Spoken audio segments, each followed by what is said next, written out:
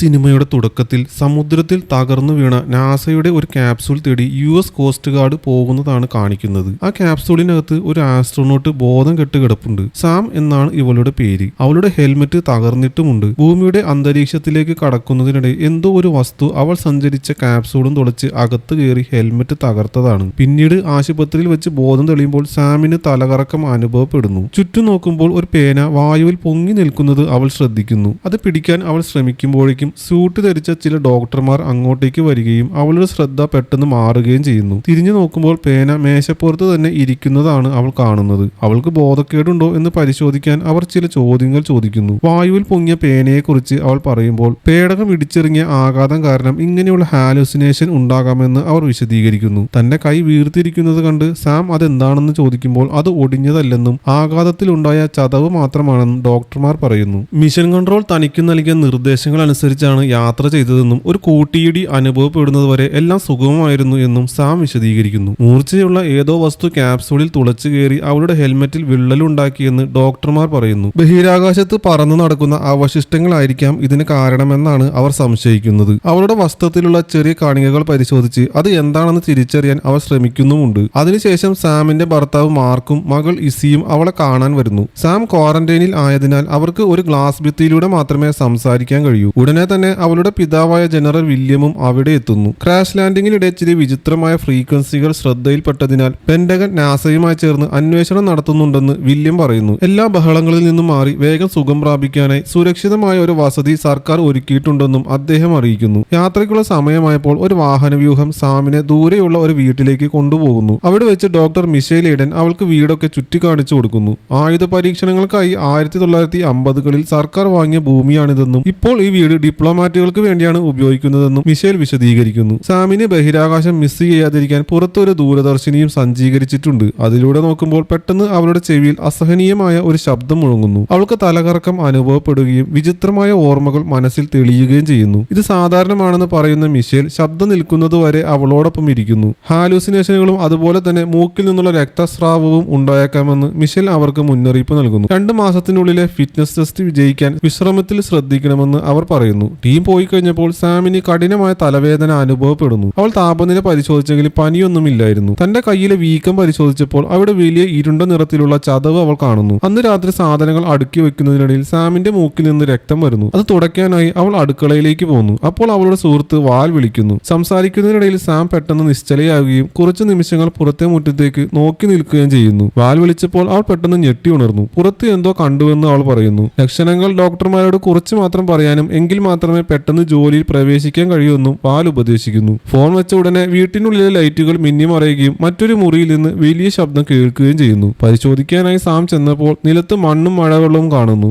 ആരോ വീടിനകത്ത് കയറിയിട്ടുണ്ട്. ഒരു കസേര മറിഞ്ഞു കിടക്കുന്നു. പുറത്തേക്കുള്ള വാതിൽ തുറന്നു കിടക്കുന്നുമുണ്ട്. അവൾ ടെലിസ്കോപ്പിലൂടെ നോക്കുമ്പോൾ കാട്ടിൽ എന്തോ ഒന്ന് നീങ്ങുന്നത് ശ്രദ്ധിക്കുന്നു. പക്ഷെ അത് പെട്ടെന്ന് അപ്രത്യക്ഷമായി. ഒരു ടോർച്ച് ഉപയോഗിച്ച് സാം കാട്ടിലേക്ക് നടക്കുന്നു. അനക്കം കണ്ട ഭാഗത്തേക്ക് അവൾ ഒരു കല്ലെറിഞ്ഞു. എന്നാൽ വീടിന്റെ മേൽക്കൂരിൽ ഒരു വിചിത്ര ജീവി ഇരിക്കുന്നത് അവൾ അറിയുന്നില്ല. അപ്പോൾ വീണ്ടും ആ അസഹനീയ ശബ്ദം കേൾക്കുകയും ഒരു ഇരുണ്ട സ്ഥലത്ത് കുറച്ച് ആളുകൾ എന്തോ തിരയുന്ന കാഴ്ചകൾ അവളുടെ കണ്ണിൽ തെളിയുകയും ചെയ്യുന്നു. അടുത്ത ദിവസം രാവിലെ എഴുന്നേറ്റപ്പോൾ തന്റെ കയ്യിലെ ബാൻഡേജ് പോയതായും ചതവ് വലുതായതായും സാം കാണുന്നു. പ്രഭാത ഭക്ഷണം തയ്യാറാക്കുന്നതിനിടയിൽ ഒരു മുട്ട വായുവിൽ പൊങ്ങി നിൽക്കുന്നത് കണ്ട് അവൾ ഞെട്ടുന്നു. അവൾ അത് കൈകൊണ്ട് പിടിച്ചെങ്കിലും വിടുമ്പോൾ അത് വീണ്ടും വായുവിൽ തന്നെ നിൽക്കുന്നു. എന്നാൽ മെഡിക്കൽ ടീം എത്തിയ നിമിഷം മുട്ട താഴെ വീണ് ഉടയുന്നു. പരിശോധനകൾക്കിടയിൽ അവളുടെ കാലിൽ കഠിനമായ വേദന അനുഭവപ്പെടുന്നുണ്ടെങ്കിലും അത് പേശി വലിവ് മാത്രമാണെന്ന് അവൾ കള്ളം പറയുന്നു. പിന്നീട് സാം ഭർത്താവിനെ വിളിച്ച് ഒരു യാത്ര പോകുന്നതിനെ കുറിച്ച് സംസാരിക്കുന്നു. എന്നാൽ മാർക്ക് അത് നിരസിച്ചു. സാമിന്റെ ജോലി സംബന്ധമായ യാത്രകൾ അവരുടെ ബന്ധത്തെ തകർത്തുവെന്നും അവർ വേർപിരിയാൻ സാധ്യതയുണ്ടെന്നും അദ്ദേഹം പറയുന്നു. മക്കൾ ഉണ്ടാവാത്തതിനെ തുടർന്ന്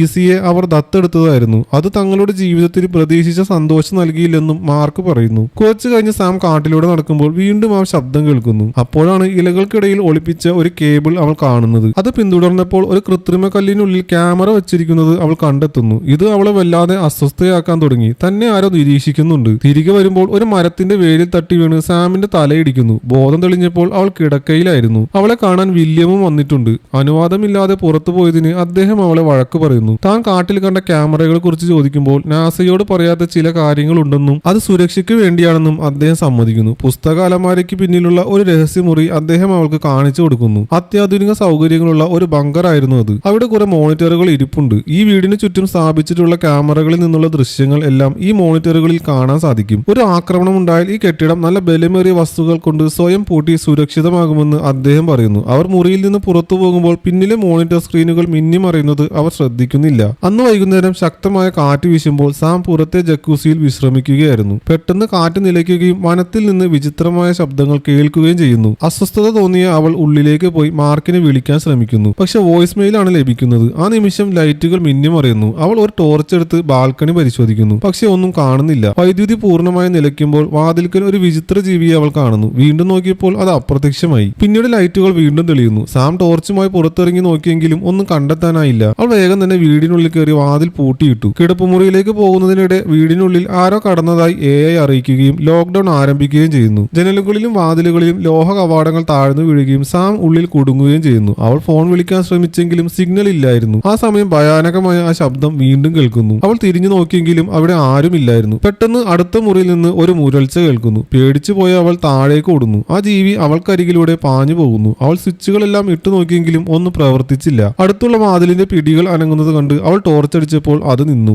പരിഭ്രമത്തോടെ അവൾ വാതിൽ തുറന്നു നോക്കുന്നു. അപ്പോൾ ലൈറ്റുകൾ മിന്നുകയും ജനലിനടുത്തുള്ള ചെടി അനങ്ങുകയും ചെയ്തതോടെ പേടിച്ച സാം ടോർച്ച് താഴെ ഇടുന്നു. അവൾ അത് വേഗത്തിലെടുക്കുമ്പോൾ ഒരു ഭയാനകമായ കൈ ജനലിൽ സ്പർശിക്കുന്നത് കണ്ട് അവൾ നിലവിളിക്കുന്നു. പേടിച്ചു വിറച്ച് അവൾ ബങ്കറിലേക്ക് ഓടി സുരക്ഷാ ക്യാമറകൾ പരിശോധിക്കുന്നു. ആ ജീവി പുല്ലിൽ നിൽക്കുന്നത് അവൾ കാണുന്നു. പക്ഷെ ലൈറ്റ് മിന്നിയപ്പോൾ അത് വീണ്ടും അപ്രത്യക്ഷമായി. പിന്നീട് ഫോൺ ബെല്ലടിക്കുന്ന ശബ്ദം കേട്ടാണ് സാം ഉണരുന്നത്. കമ്പ്യൂട്ടർ ടേബിളിൽ ഉറങ്ങിപ്പോയതാണെന്ന് അവൾ തിരിച്ചറിയുന്നു. മുകളിലേക്ക് ചെന്നപ്പോൾ വില്യമിനെയും സംഘത്തെയും കാണുന്നു. വീട്ടിൽ ആരോ കയറിയെന്ന് സാം പറഞ്ഞപ്പോൾ ദൃശ്യങ്ങൾ പരിശോധിക്കാമെന്ന് അദ്ദേഹം ഉറപ്പു നൽകുന്നു. പരിശോധനയ്ക്കിടയിൽ മിഷേൽ സാമിന്റെ ചതവ് കണ്ട് അത് അസ്വാഭാവികമാണെന്നും എക്സ്റേ എടുക്കണമെന്നും പറയുന്നു. പിന്നീട് മാർക്കും ഇസിയും അവളെ കാണാൻ വരുന്നു. വില്യം ഇസിയോടൊപ്പം കളിക്കുമ്പോൾ താൻ ഒരു അന്യഗ്രഹ ജീവിയെ പോലുള്ള ഒന്നിനെ കണ്ടുവെന്നും തന്റെ ദൗത്യത്തിനിടെ എന്തെങ്കിലും കൂടെ വന്നതാണോ എന്ന് സംശയമുണ്ടെന്നും സാം മാർക്കിനോട് പറയുന്നു. പക്ഷെ മറുപടി പറയുന്നതിന് മുമ്പ് ഇസി അവരെ തടസ്സപ്പെടുത്തുന്നു. സാമും വില്യവും CCTV ദൃശ്യങ്ങൾ പരിശോധിക്കുന്നുണ്ടെങ്കിലും ആ ജീവി വന്ന സമയത്തുള്ള ദൃശ്യങ്ങൾ മാത്രം തകരാറിലാകുന്നു. മാനസിക സമ്മർദ്ദം കാരണമാണ് അവൾക്ക് ഇങ്ങനെയൊക്കെ തോന്നുന്നതെന്ന് പറഞ്ഞ് വില്യം അവളെ വിശ്രമിക്കാൻ വിടുന്നു. അദ്ദേഹം പോയതിനു ശേഷം സാം കമ്പ്യൂട്ടറിൽ ആ വീട് മൊത്തം സ്കാൻ ചെയ്ത് നോക്കുന്നു. വീട്ടിൽ 9 പേരുണ്ടെന്നാണ് സിസ്റ്റം കാണിക്കുന്നത്. ഇതിനുശേഷം 3 പേരും കൂടി കാട്ടിൽ നടക്കാൻ പോകുന്നു. മാർക്ക് സാമിനോട് സംസാരിച്ചുകൊണ്ട് നിൽക്കുമ്പോൾ പെട്ടെന്ന് ഒരു ശബ്ദം കേൾക്കുകയും ഇസിയെ കാണാതാവുകയും ചെയ്യുന്നു. അവർ പരിഭ്രാന്തരായി അവളെ തിരയുന്നതിനിടയിൽ ഒരു ചത്ത വണ്ടുമായി ഇസി അവരുടെ പിന്നിലെത്തുന്നു. ആ സമയത്താണ് കാട്ടിനകത്ത് നിന്നും ഒരു മൂളക്കം കേൾക്കുന്നത്. കാര്യം അത്ര പന്തിയല്ല എന്ന് മനസ്സിലാക്കിയ അവർ ഇസിയെയും എടുത്തുകൊണ്ട് കാടിന് പുറത്തേക്ക് ഓടാൻ തുടങ്ങി. പ്രാണികളുടെ ഒരു പടയായിരുന്നു അത്. അവർ വേഗം തന്നെ വീട്ടിലേക്ക് ഓടിക്കേറി. വീടിനുള്ളിലിരുന്ന് ജനലുകൾ പ്രാണികളാൽ മൂടപ്പെടുന്നത് അവർ ഭീതിയോടെ നോക്കി നിൽക്കുന്നു. കുറച്ചു കഴിഞ്ഞ് പ്രാണികൾ അപ്രത്യക്ഷമാവുകയും ജനലുകളിൽ ഒട്ടിപ്പിടിക്കുന്ന ഒരു ദ്രാവകം അവശേഷിപ്പിക്കുകയും ചെയ്യുന്നു. പുറത്തു നോക്കിയ മാർക്കും സാമും ആയിരക്കണക്കിന് ചത്ത പ്രാണികൾ ജനലിൽ അടിഞ്ഞുകൂടിയത് കാണുന്നു. പിന്നീട് ഒരു ക്ലീനിംഗ് ടീമും നാസ ഓഫീസറും അവിടെ എത്തുന്നു. ഇത് പരിസ്ഥിതി പ്രശ്നമാകാം എന്നാണ് അയാൾ പറയുന്നത്. അപ്പോൾ സാം ക്യാപ്സൂൾ പരിശോധനയെക്കുറിച്ച് ചോദിച്ചെങ്കിലും ഫലം വന്നിട്ടില്ലെന്ന് അദ്ദേഹം അറിയിക്കുന്നു. ഇതിനുശേഷം രാത്രി തിരിച്ചു വരാം എന്ന് പറഞ്ഞ് മാർക്കും ഇസിയും തിരികെ പോകുന്നു. പിന്നീട് സാമിന് കാലിൽ ഒരു വേദന തോന്നുന്നു. അവൾ വേഗം തന്നെ ഷൂ അഴിച്ചു നോക്കി. വിരലിൽ നിന്ന് രക്തം വരുന്നുണ്ട്. ഉടനെ തന്നെ അവൾ ബാത്റൂമിൽ പോയി സോക്സ് അഴിച്ചു നോക്കിയപ്പോൾ കാണുന്നത് മുറിവ് കാലിലേക്ക് പടരുന്നതാണ്. വിരലിൽ തൊട്ടപ്പോൾ നഖം ഇളകി പോരുകയും അവൾ വേദന കൊണ്ട് കരയുകയും ചെയ്യുന്നു. കാലിൽ ബാൻഡേജ് ഇട്ട് അടുക്കളയിൽ വെള്ളം കുടിക്കാൻ ചെന്നപ്പോൾ ലൈറ്റുകൾ മിന്നാൻ തുടങ്ങുന്നു. ആ ജീവികൾ വീണ്ടും എത്തിയിട്ടുണ്ടെന്ന് മനസ്സിലാക്കിയ അവൾ വാതിൽ തടയാനായി ഒരു മേശ വലിച്ചിടുന്നു. ഇന്റർനെറ്റിൽ ഇതിനെപ്പറ്റി തിരിഞ്ഞപ്പോൾ ഭൂമിയുടെ കാന്തിക വലയത്തിൽ ഉണ്ടാകുന്ന മാറ്റങ്ങൾ പ്രാണികളുടെ പെരുമാറ്റത്തെ ബാധിക്കുമെന്നും ചിലർ ഇതിനെ അന്യഗ്രഹ ജീവികളുടെ സാന്നിധ്യവുമായി ബന്ധപ്പെടുത്തുന്നുണ്ടെന്നും അവൾ മനസ്സിലാക്കുന്നു. പെട്ടെന്ന് തന്റെ മുതുകിൽ എന്തോ ഉള്ളതായി അവൾക്ക് തോന്നുന്നു. കണ്ണാടിയിൽ നോക്കിയപ്പോൾ തോളിലും ചതവുകൾ കാണുന്നുണ്ട്.